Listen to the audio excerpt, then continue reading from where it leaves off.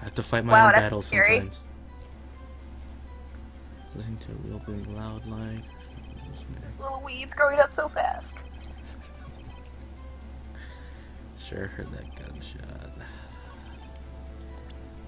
It contradicts.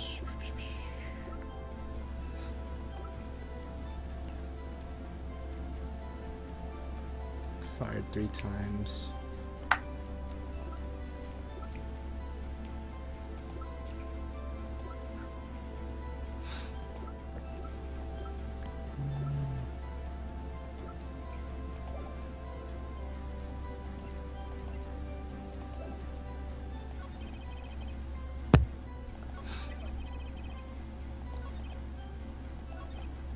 You want me to start giving you hints?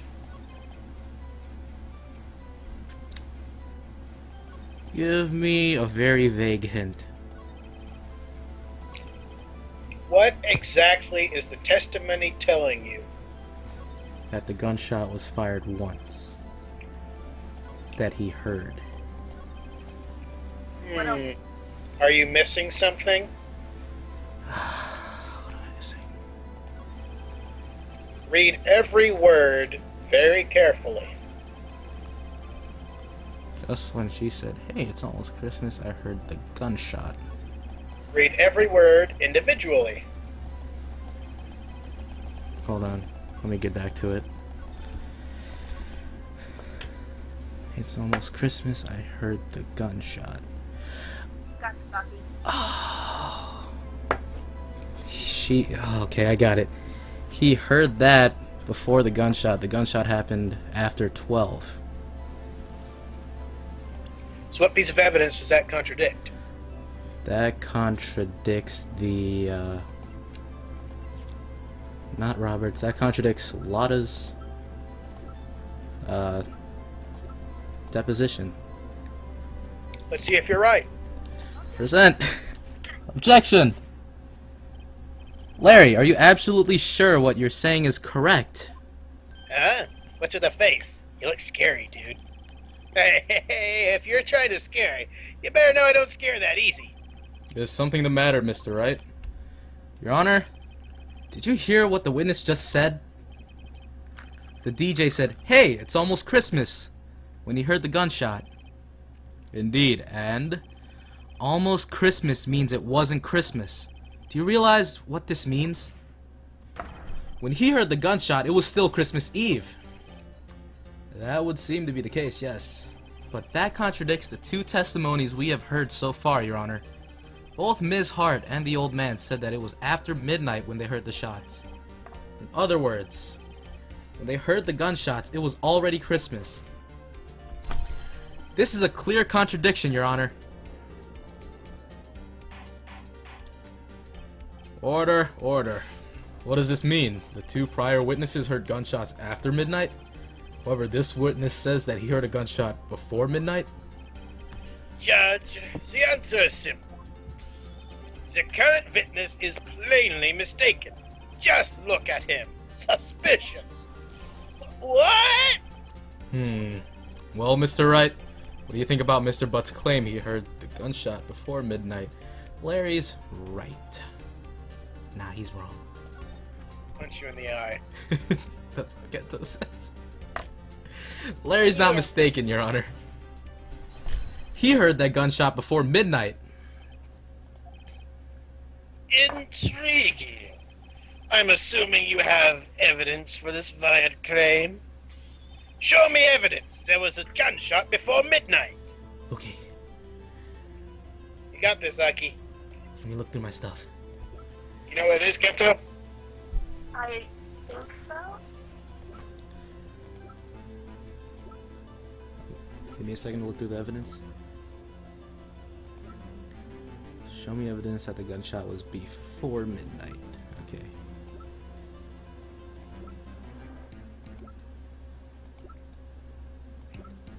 Huh.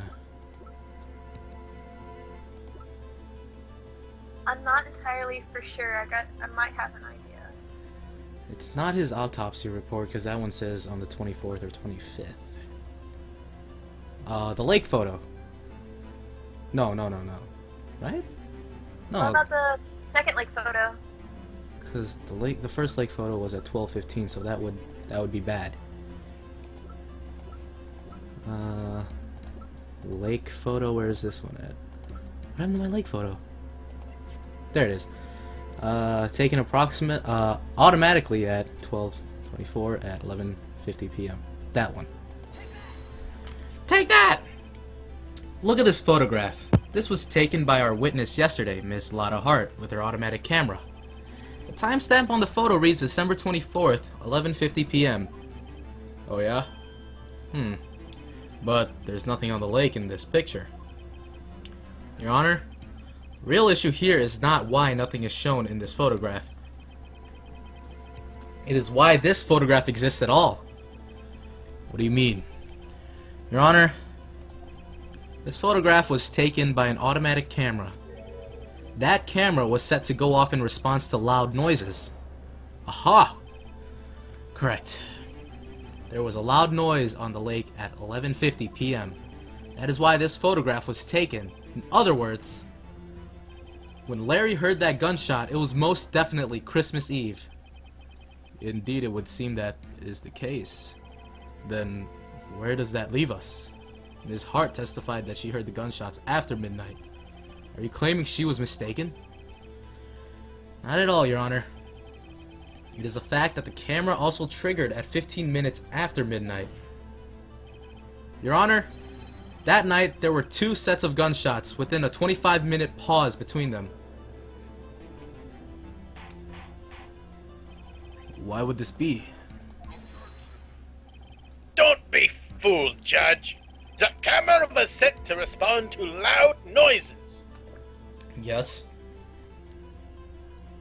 There is no proof that the loud noise at 11:50 was a gunshot. Why, the witness could have sneezed, triggering the camera. Hey, my nose was clear that night, man, clear. Well, Mr. Wright, there's no turning back now. Can you prove that the loud noise at 11:50 p.m. was indeed a gunshot? Yes, I can. The pistol was fired 3 times. When they said that there was only 2. So, present the pistol. Take that! This is my evidence. The murder weapon? Something about this pistol was bothering me, Your Honor. Both of the witnesses who testified yesterday heard 2 gunshots.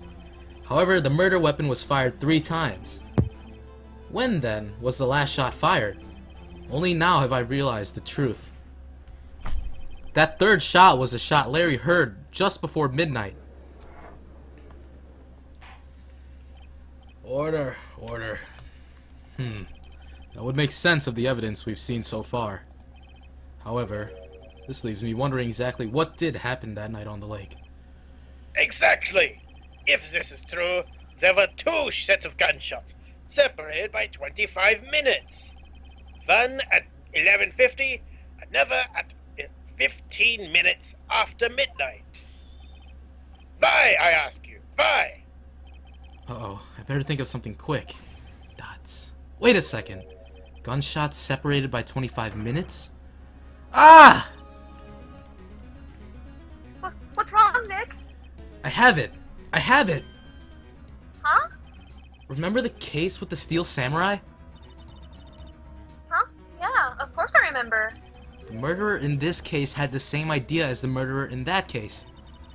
What do you mean? Maya! Yes? If we don't figure this out now, we'll never overturn Edgeworth's guilty verdict. I've got a hunch, and I'm going to run with it. Right, I mean, is this safe? Safe? We've already gotten a guilty verdict. We have nothing to lose. You just watch and let me know if I say anything that sounds fishy, okay? Right, Nick. Your Honor? Yes, Mr. Wright? The testimony just now has cleared up this entire case. What do you mean, Mr. Wright? So, you finally realize the truth. There can be no other murderer here than Miles Edgeworth himself. Wrong, Von Karma. A man was shot that night, but it wasn't Edgeworth who did the shooting. Listen, rookie. Take a deep breath and consider the facts. At the time of the murder, one boat was on that lake. This was shown by the witness's photograph. The defendant, Edgeworth, and the victim, Robert Hammond, were on that boat. Pew. There was a gunshot fired on that boat, and Robert Hammond fell into the lake. The distance of the shooting was 1 meter. It couldn't have been suicide. Well, the guilty party has to be the other man on that boat. I admit it is hard to imagine any other possibility. Yes, but this assumes that the victim was shot at 15 minutes after midnight. What do you mean by that, Mr. Wright? We have photographic evidence of the time of the shooting. Timestamp on the photo says 00:15. But Larry heard a gunshot 25 minutes before that. Robert Hammond was killed then, 25 minutes before the shot on the lake. That's the only way that Edgeworth can be innocent. Mr. Wright, are you quite mad? Explain who this is sitting on the boat. That would be...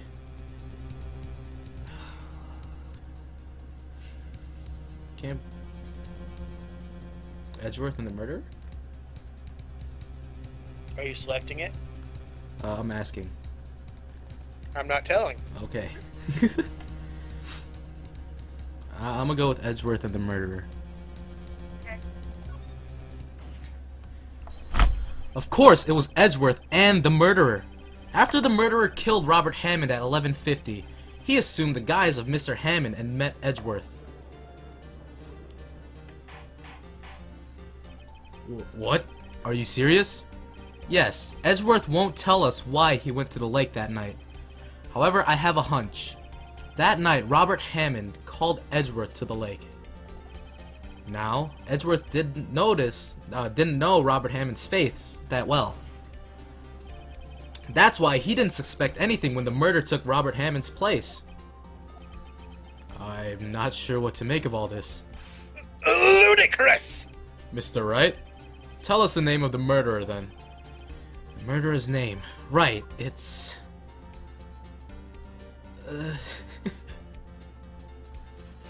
Can't be a lot of heart. The murderer's name.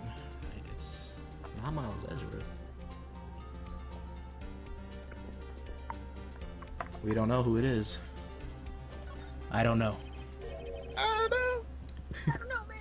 Actually, I don't know the murderer's name. You don't know? Again, you waste my time! I don't know because he never told us. The murderer is the caretaker of the boat shop, that old man. At 11:50, he was the one who killed Robert Hammond. The caretaker of the boat shop? Where did he do this? There weren't any boats on the lake then.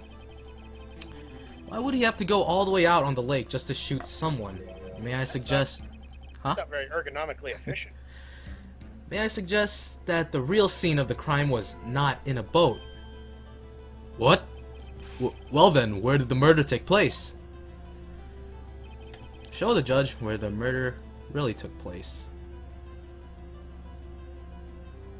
On one of the boats. No, you're wrong. Damn it. The shop?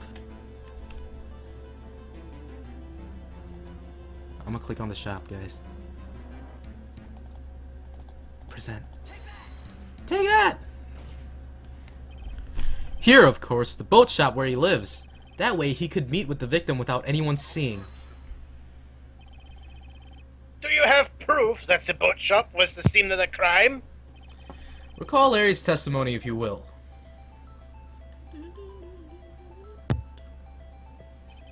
That night, he was out on the lake in a boat searching for something. Or playing a very bad game of Centipede. He finds it and returns the boat. Then, just as he's starting to head for home, he hears a gunshot. He heard a gunshot, Your Honor. Bang. Even though he was wearing headphones at the time. In other words, the gunshot was very, Bang. very close by. And where would that be if he had just returned a boat? The boat shop. Mr. Wright, what happened that night on Gourd Lake? Please tell the court from the beginning. Yes, Your Honor. Nick, are you sure about this? Not really. But I think if I start at the very beginning, and I take it slow, I might just be able to figure this out.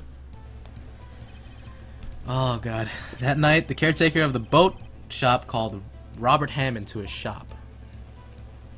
Oh my. This was around 11:50. That was when the gunshot that Larry heard was fired. After that, the caretaker put on Robert Hammond's coat. He became Robert Hammond.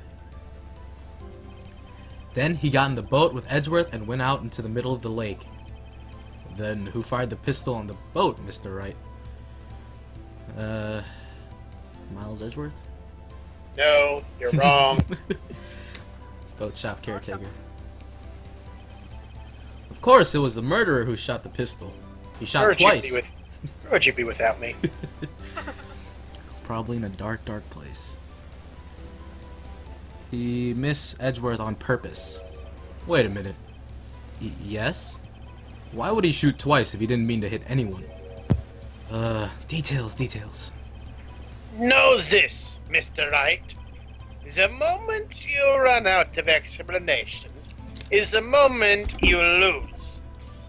Tell us why the murderer had to fire twice. To create a witness. I believe he shot twice to create a witness, Your Honor. Create a witness? The murderer lifts his pistol and fires one shot. That Apparently ensures... wearing Groucho glasses at the time. That ensures that anyone who heard the shot would look at the lake. Indeed, Miss Hard did exactly that after hearing the first gunshot. Next. Ugh, hold on.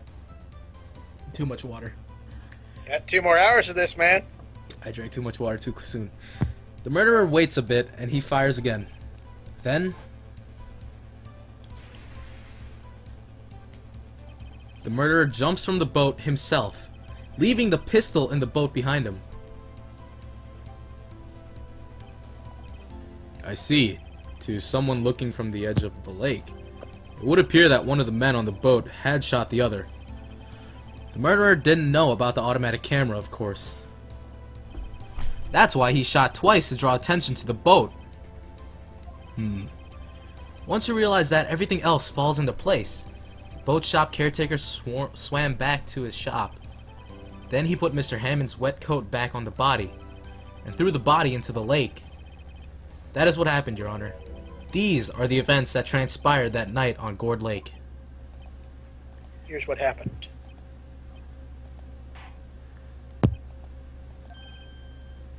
Bailiff! Bring out the witness from before. The boat shop caretaker. Quickly! Ugh. 2 more hours. Kento's so quiet. She's got no lines. Very well. While we are waiting for the caretaker, I would like to ask the defendant, Miss Miles Edgeworth, Miles Edgeworth, a few questions. Mr. Edgeworth, please take the stand. Mr. Edgeworth, you heard what the defense has said. Yes. Well, why did you go to the lake that night? What Wright has said was mostly correct. Astonishingly so, actually. Yes. Several days ago, I received a letter. The letter was signed Robert Hammond. He asked me to come to the boat shop by the lake at midnight on Christmas Eve. He said he had something very important to discuss with me. Something important? I'm sorry. I can't say what it was. Your Honor, sir! Bailiff, we are conducting a trial here. I ask that you remain quiet.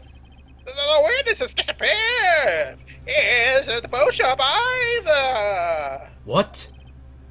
What should I do? Find him, quickly! We cannot allow him to get away.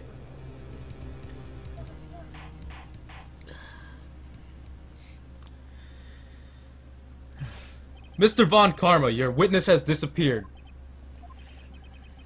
A search warrant has already been issued. It goes without saying that I cannot declare a verdict under these circumstances. I will extend the trial until tomorrow, the final day allowed.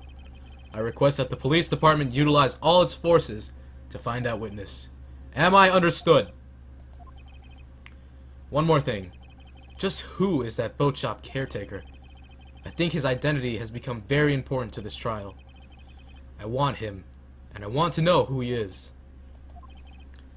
Very well. Court is adjourned.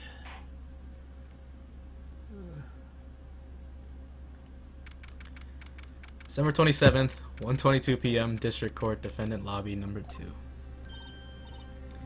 Hey, Nick, you did it. Yeah. Well, at least we got out from under the guilty verdict. And what about Larry? That was something else. Even Von Karma didn't know what to do with his testimony. Larry really helped us out. Sure, once I sifted through his unique testimony. Still, he did save us. I just wish our cases weren't so down to the wire all the time. I know what you mean. Sometimes I feel like it's us on trial instead of our clients. Hey, Edgeworth. Mr. Edgeworth? Did you say something? Don't look so pained. I mean, it looks like you're probably going to get off the hook. You could try to smile just a little. Relax. I'm sorry, but I fear it's not over for me yet. What do you mean? Right. There's something that's been troubling me for a long time now. And I don't know whether or not to tell you. Edgeworth? No, there's so little time left. I want to tell you, to get it off my chest, but... I can't make up my mind. What is this about, Edgeworth? It's a nightmare I've had. A memory of a crime that I committed. A crime you committed? A memory of a murder. Dun dun dun. Ugh, we gotta play some dramatic piano music there. Alright, guys. Break. Let's take a break. Bathroom, water, snacks, whatever. Alrighty. Break, bathroom, water, snacks. Bathroom water snacks here! Get your bathroom water snacks here! They're so cheap, even Phoenix Wright can afford them. Exactly. Go buy them. Phoenix Wright. Approved. Alright. I'll be back, guys. I'll be right back too. Ditto.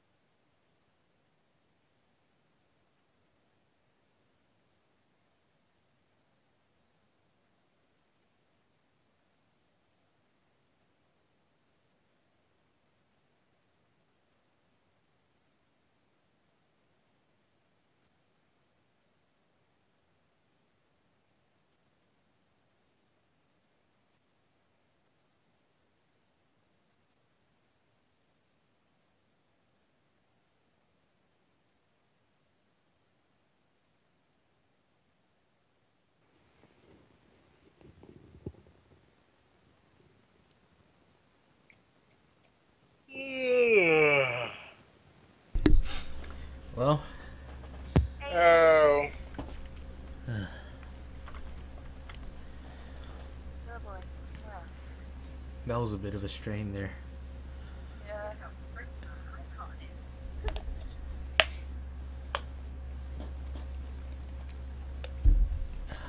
That's not one of my normal reactions. I don't know.